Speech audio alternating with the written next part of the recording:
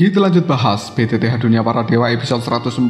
Oke lah, gak usah banyak mang, kita langsung masuk aja ke pembahasan.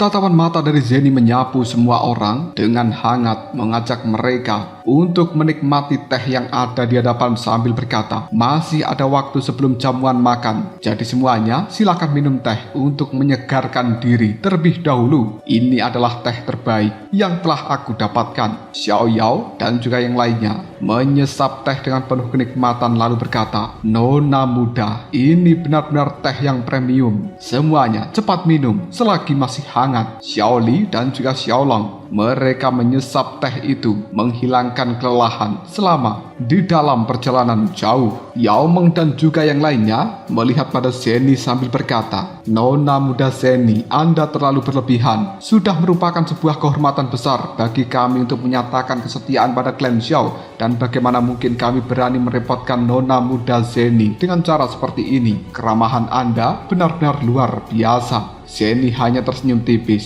Sekarang semua orang adalah anggota dari klan Xiao, jadi tidak ada perbedaan di antara kita semuanya. Selama semuanya bekerja sama untuk menghidupkan kembali klan Xiao, maka yang ada di tempat ini semua juga milik kalian. Setelah menyeruput teh ini, mereka mengobrol, membahas berbagai sesuatu yang telah terjadi di dalam klan Xiao, membuat semuanya sangat tersentuh. Hubungan antara pasukan sekutu klan Xiao dan juga semua orang dari halaman klan Xiao secara pribadi menjadi lebih dekat. Xiao Yao ekspresinya tiba-tiba saja serius. Lalu dia bertanya pada King Haoran, ngomong-ngomong, Kaisar Haoran, ada sesuatu yang harus aku sebutkan. Segel pemakan jiwa telah muncul kembali dan aku ingin tahu apa pendapat dari Kaisar Haoran tentang hal ini. King Haoran dengan penuh kemarahan dia berkata, mengenai masalah ini sungguh disayangkan. Orang-orang berjubah hitam itu lebih memilih mati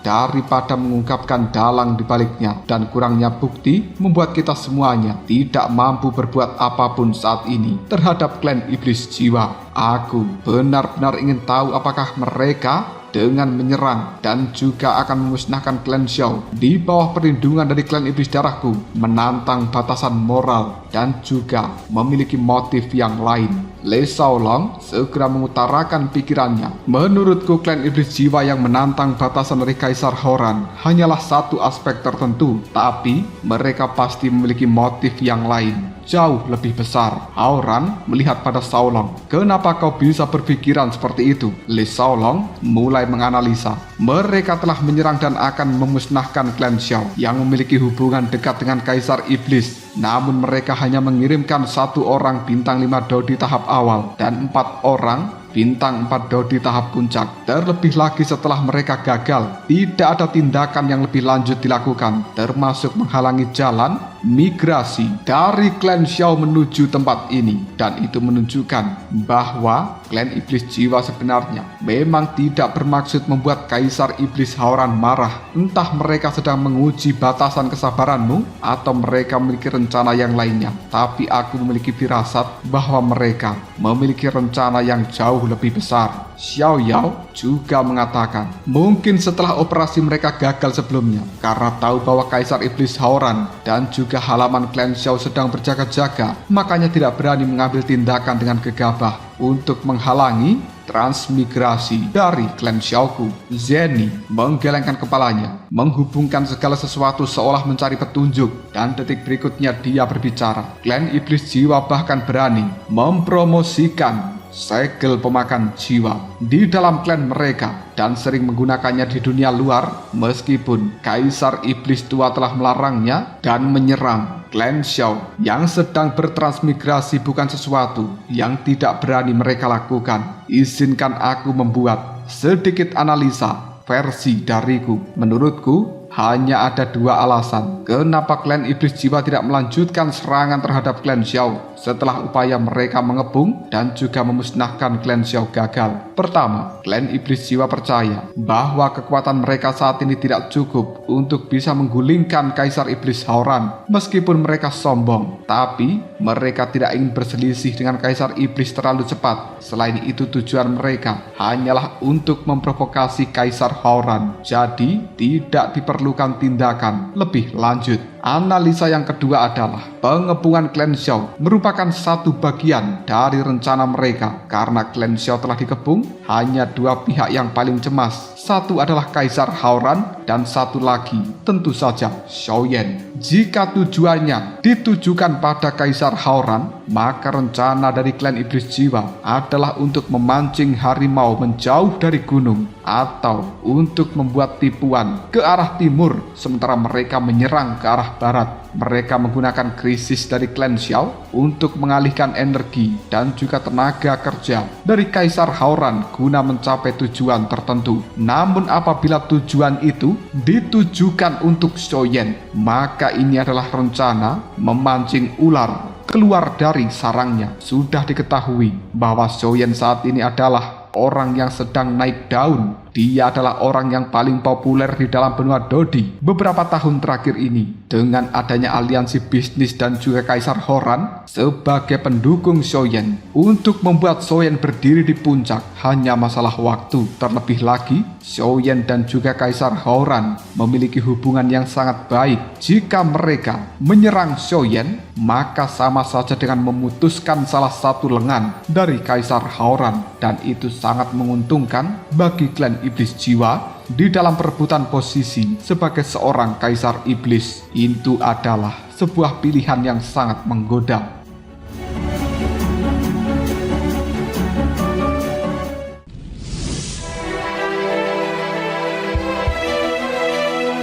Kaisar Hauran mendengarkan penjelasan Zeni, alisnya berkerut. Tiba-tiba saja dia berdiri. Apa? Jika situasi yang pertama, klan Iblis Jiwa tahu kapan harus berhenti, jadi mereka memiliki kesadaran diri. Jika itu adalah situasi yang kedua, klan Iblis Darahku belum menerima laporan serangan apapun terhadap cabang manapun atau gangguan dalam ras iblis. Apakah ini berarti Xiao Yan sedang dalam masalah? Klan Iblis Jiwa, apabila kalian berani menyentuh sehelai rambut dari Xiao Yan, aku Hauran bersumpah demi langit dan bumi akan membuat kalian semuanya membayar dengan harga yang mahal. Kaisar Iblis Jiwa langsung memukul meja di hadapannya dengan penuh amarah, dan kemudian dar, meja itu pun hancur berkeping-keping. Xiao Yao tiba-tiba juga berdiri. Xiao Yan dalam masalah? Ini semua adalah salahku karena membiarkan Xiao Yan pergi seorang diri. Tidak, aku harus segera pergi untuk menyelamatkan dirinya. Kaisar Ming, Xiaolong, Xiaoli, Xiaoqi, mereka berempat juga berdiri bersiap mengikuti Xiao Yao sambil berkata, "Leluhur, kita ikut bersama dengan dirimu." Tiba-tiba saja Zeni berteriak, "Tunggu dulu!" Kekuatan dari Dodi bintang 5-nya langsung melonjak dan menahan mereka berlima. Mata Xiao Yao melihat Zeni penuh kemarahan. "Nona muda Zeni, apa maksudmu menahan kita?" Zeni kemudian menimpali, "Mohon maaf atas kekasaran ini, namun kalian tidak perlu khawatir. Aku masih memiliki kontrak darah dan bisa merasakan bahwa Xiao Yan baik-baik saja untuk saat ini. Jadi semuanya bisa tenang. Jika Tuan Muda Xiao Yan dalam kesulitan, kecemasan tentu tidak kurang dari diriku seperti para leluhur. Namun di benua Dodi yang sangat luas ini, ada banyak sekali jalan untuk menuju klan Tabib. Bahkan jika kalian pergi, bagaimana kalian akan bisa menemukan Xiao Yan? Lagi pula, bahkan jika aku mengandalkan sensasi dari kontrak darah ini dengan kecepatan pergerakan Xiao Yan, kita masih tidak akan bisa melacaknya sama sekali. Jadi semuanya mohon tenang, kita masih belum mengetahui tujuan sebenarnya dari klan Iblis Jiwa. Jadi kita tidak boleh sampai kehilangan kendali dan juga salah langkah. Le Xiaolong juga berkata, "Apa yang dikatakan Nona muda Zeni sangat benar. Bahkan klan Iblis Darah juga belum mengetahui serangan apapun, tapi bukan berarti mereka tidak akan mengalaminya di masa depan nanti. Karena itu kita sama sekali tidak boleh membiarkan hati kita kacau saat ini. Kita harus mengambil keputusan setelah memahami tujuan yang benar dari klan Iblis Jiwa. Xiao Yao langsung tersadar. Baiklah, mohon maafkan aku. Mungkin karena aku terlalu khawatir dengan Xiaoyan, makanya bertindak tanpa memikirkan hal seperti ini. Namun di dalam hatiku benar-benar tidak bisa tenang ketika memikirkan Xiaoyan dalam bahaya. Xiaoqi melihat pada Zeni dengan penuh harap. Dia bertanya, lalu apa yang harus kita lakukan sekarang?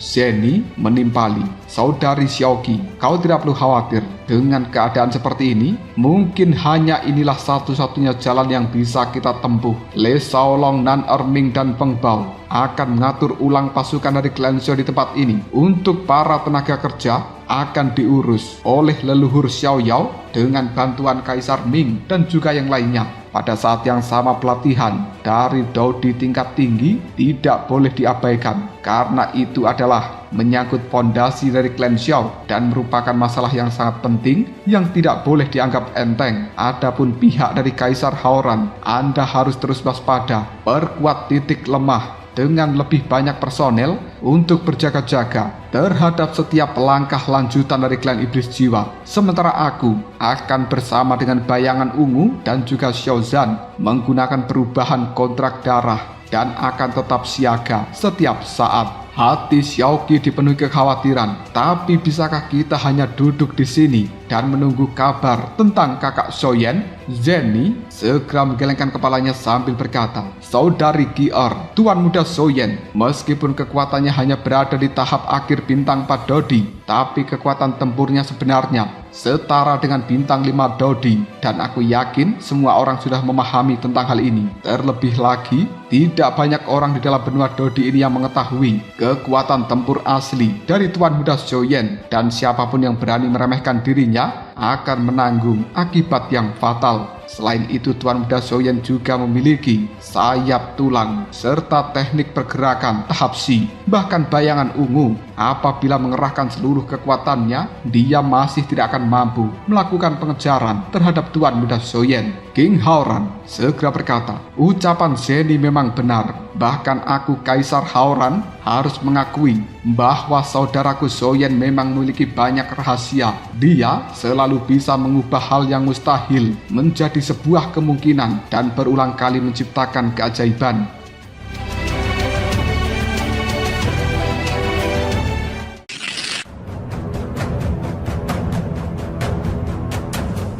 Le Shaolong juga berkata penuh kebanggaan, aku percaya kekuatan Tuan Muda Xiaoyan saat ini pada dasarnya bisa menghadapi keadaan yang tidak terduga. Tuan Muda Xiaoyan telah mencapai titik hari ini dengan usahanya sendiri yang luar biasa. Dia tidak bisa dianggap remeh dan aku selalu memiliki kepercayaan yang tidak terjelaskan. Kita hanya bisa menunggu kembalinya Tuan Muda Xiaoyan dengan penuh kemenangan dan berusaha untuk memberinya kejutan. Meskipun Kaisar Ming dan juga yang lainnya tidak tahu kenapa Kaisar Haoran, Zeni dan juga Le Shaolong begitu percaya pada Xiaoyan, namun jaminan dari ketiga tokoh penting ini benar-benar menenangkan hati mereka. Setelah duduk kembali, semua orang menyadari beban berat di dalam hati masih tersisa. Berbagai peristiwa mengejutkan datang berturut-turut dan mereka bertanya-tanya apakah hari mendatang akan lebih baik.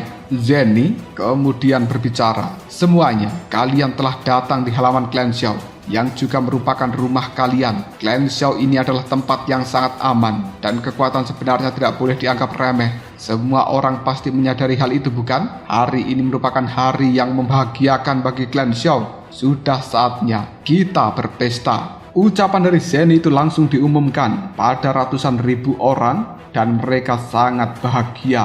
Malam ini mereka telah berpesta, makan-makan di halaman klan Xiao, diiringi dengan musik dangdut koplo. Kaisar Ming, Xiao Yao, dan juga yang lainnya tampak menikmati makanan dan juga pesta malam hari ini. Mereka benar-benar seperti bermimpi, bisa merasakan sesuatu yang sangat luar biasa seperti sekarang. Malam ini halaman klan Xiao penuh dengan jamuan mewah. Musik-musik dangdut koplo telah mendatangkan penyanyi dangdut yang luar biasa. Mereka menari dan juga bernyanyi bersama-sama. Bahkan pesta ini berlanjut hingga dini hari. Ketika matahari terbit, semua orang masih enggan untuk bubar dan mereka tidak menyadari bahwa lingkaran kegelapan yang ada di langit tampaknya tidak pernah melemah, bahkan dengan munculnya sinar matahari. Sebaliknya, lingkaran hitam yang ada di langit itu seolah-olah menutupi tanah yang luas di antara celah-celah ranting pohon. Kita berpindah kembali ke dalam provinsi Kaisar. Kali ini kita akan dibawa ke sebuah tempat tebing batu yang sangat aneh. Sosok pemuda berjubah hitam berdiri di atas tebing batu itu menatap pada kejauhan, dan tidak lain dia adalah Shou Yan. Meskipun dia telah melakukan perjalanan tanpa lelah, namun wajah dari Shou Yan masih memiliki mata yang tajam. Di atas kepala Shou Yan kali ini ada pusaran awan hitam dengan kabut yang luar biasa. Pandangan mata Shou Yan terfokus ke arah depan sana, tepatnya pada pegunungan hijau yang subur. Dia bergumam, hanya setelah melewati gunung itu, aku akan bisa dianggap keluar dari provinsi Kaisar. Dan seharusnya ada hutan melintang yang cukup terkenal dengan medan yang lumayan berbahaya. Tapi setelah melewati hutan itu, aku pasti akan segera tiba di lokasi dari klan Tabib. Tempat mereka benar-benar terlalu terpencil. Mungkin aku seharusnya tidak mengatakan klan Tabib terlalu terpencil, melainkan provinsi Kaisar hanyalah tanah yang tandus di dalam benua Dodi. Jika dilihat dari sudut pandang ini, memindahkan klan Xiao keluar dari provinsi Kaisar memang langkah yang bijaksana. Tapi sebelumnya mari istirahat terlebih dahulu. Bepergian siang dan malam untuk menyelamatkan klan Xiao dan sekarang bergegas menuju klan Tabib membuatku sedikit lelah. Shou Yan kemudian tiduran di atas batu yang besar sambil memandang awan hitam berputar-putar di atas sana. Suasana tegang dari Shou Yan sedikit mereda untuk saat ini. Dan tanpa diketahui oleh seorang Shou Yan, tiba-tiba saja 4 sosok pria berjubah putih. Mereka telah muncul dari balik bebatuan. Wajah mereka tidak jelas karena tertutup oleh kabut. Hanya seluruh tubuh mereka diselimuti jubah berwarna putih. Pandangan mata dari 4 orang berjubah putih ini mengintai Shou Yan yang sedang tiduran di atas batu besar. Namun detik berikutnya Shou Yan membuka matanya, merasakan fluktuasi yang aneh karena itu adalah aura jahat yang meluncur ke arahnya. Shou Yan menyipitkan pupil mata. Dia buru-buru terbangun lalu menghentakkan kakinya di permukaan batu yang besar ini. Kekuatan dari Dodi bintang 4 tahap akhir langsung meledak. Tubuh Shou Yan juga terangkat ke udara. Pada akhirnya, dar! Serangan aura jahat itu menghantam batu tempat Shou Yan tiduran sebelumnya dan membuatnya hancur berkeping-keping. Pandangan mata Shou Yan kali ini langsung tertuju pada 4 orang yang menggunakan jubah berwarna putih. Dia berkata di dalam hatinya, orang ini sebenarnya muncul untuk melenyapkan diriku. Setelah berkata seperti ini, Shou Yan pun memutar tubuhnya di udara karena ada serangan pedang yang sangat cepat menuju ke arahnya, dan kemudian seras. Serangan pedang itu mengenai sehelai rambut dari Shou Yan, bahkan meninggalkan sedikit luka kecil di wajah Shou Yan kali ini. Merasa sangat geram, sosok dari Shou Yan menghilang dengan cepat dan kemudian dia pun menjauh dari 4 orang berjubah putih itu.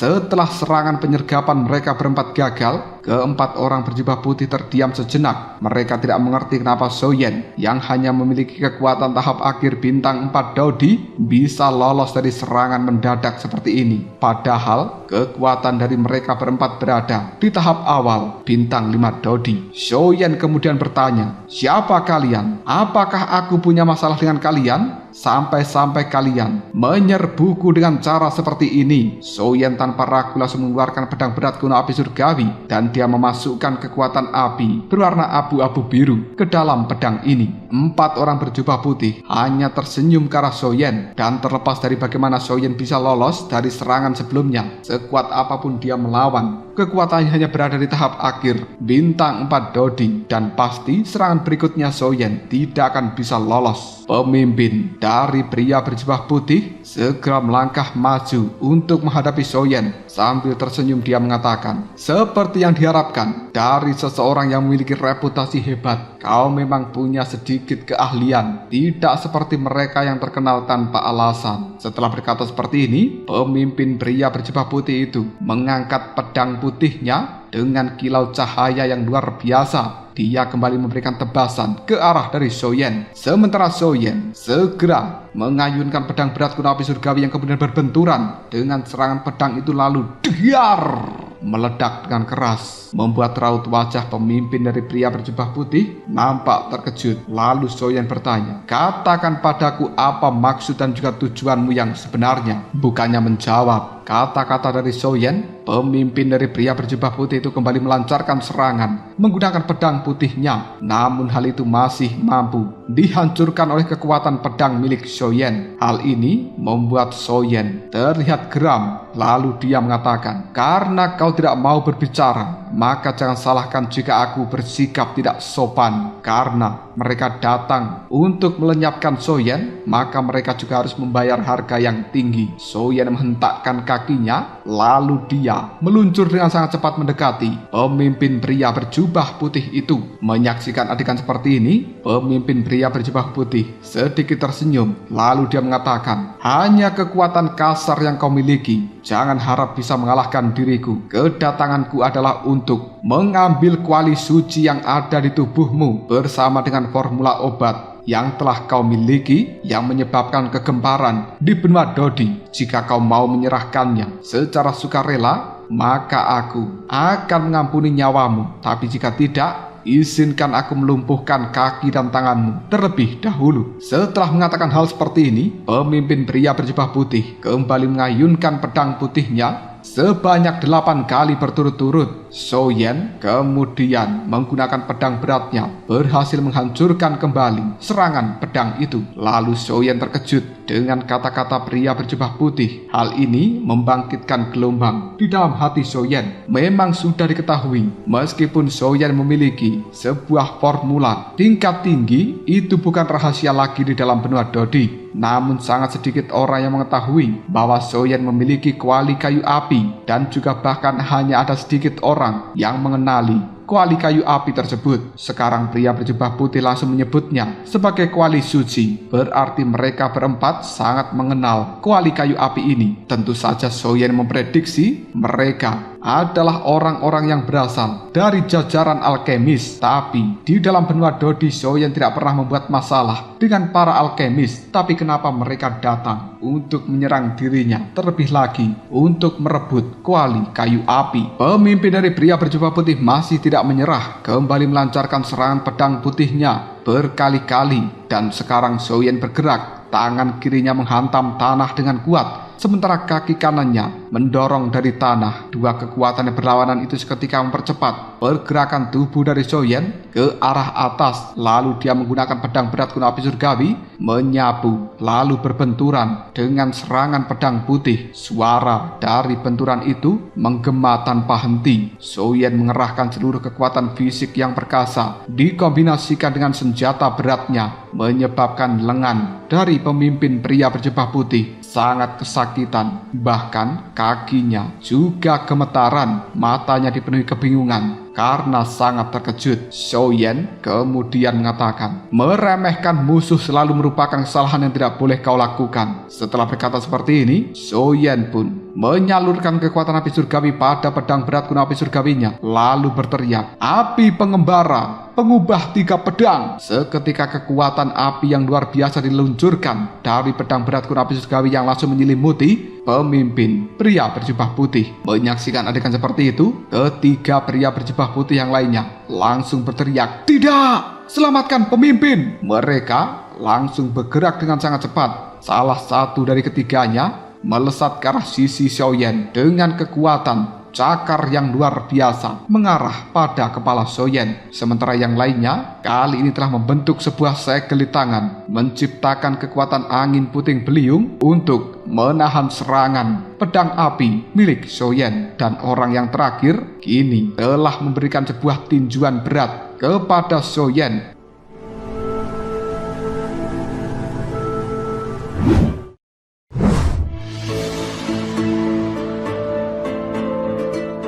Serangan gabungan dari mereka cukup luar biasa. Keunggulan yang tadi dimiliki Xiaoyan sekarang berubah menjadi kelemahan karena dia telah terkepung. Namun Xiaoyan tidak takut sama sekali. Dia tersenyum dan berkata, "Seandainya aku hanyalah orang di tahap akhir bintang 4 Dodi biasa, mungkin aku akan mati. Tapi sayangnya, kalian bertemu dengan lawan yang salah." Xiaoyan kembali mengayunkan pedang berat kuno api surgawi untuk menghantam tubuh dari pria berjubah putih yang telah mengeluarkan angin puting beliung. Kali ini, doki yang luar biasa di dalam tubuh Xiaoyan juga telah dialirkan pada lengannya, dan itu langsung membuat lengan dari Xiaoyan menjadi sangat keras, seolah-olah telah tertutupi oleh lapisan sarung tangan emas yang luar biasa untuk menangkis serangan dari dua orang yang telah menargetkan dirinya. Akhirnya, diar!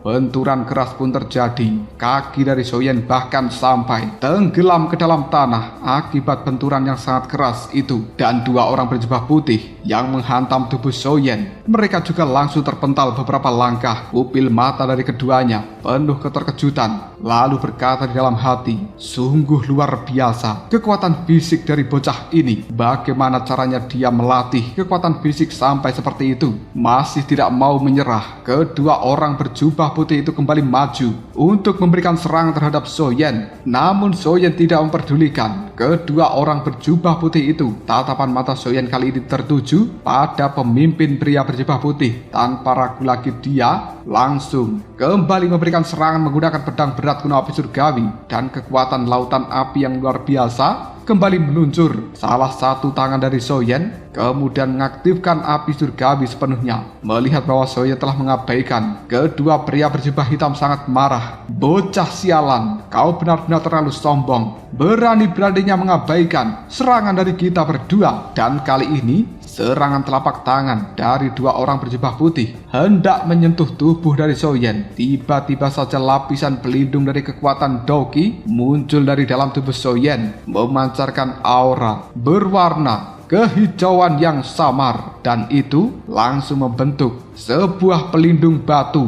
yang menutupi tubuh dari Xiaoyan. Ini adalah kombinasi sempurna antara kekuatan doki dan juga kekuatan segel roh.